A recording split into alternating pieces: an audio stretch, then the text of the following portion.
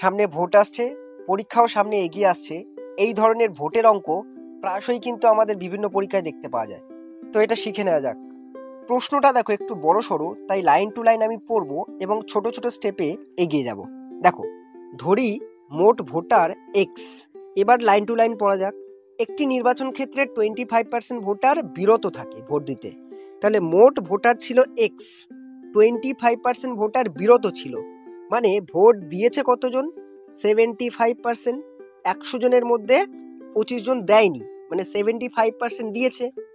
এবার বলছে পরের লাইনে, যারা ভোট দিয়েছেন তার মধ্যে 2% ভোট বাতিল হয়ে গেছে। মানে কত পার্সেন্ট ভোট বাতিল হয়নি? 98% কি হচ্ছে? বাতিল হয়নি।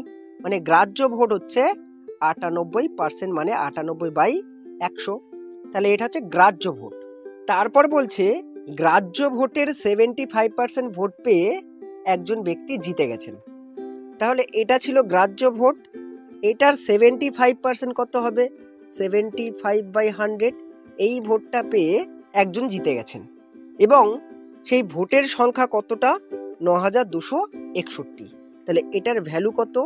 9261। তাহলে আমরা প্রয়োজনীয় সমীকরণটা পেয়ে গেলাম। এখান থেকে কাটাকুটি করে এক্স এর মানটা পেয়ে গেলেই মোট ভোটারটা আমরা পেয়ে যাব। তো সবকিছু গুণ করে দেখবে, আনসারটা পাবে 16,800। মোট ভোটারের সংখ্যা কত? 16,800 জন। বিষয়টা কিন্তু খুবই ছোট, শুধু এই সমীকরণটা করতে পারলেই অঙ্কটা হয়ে যাবে।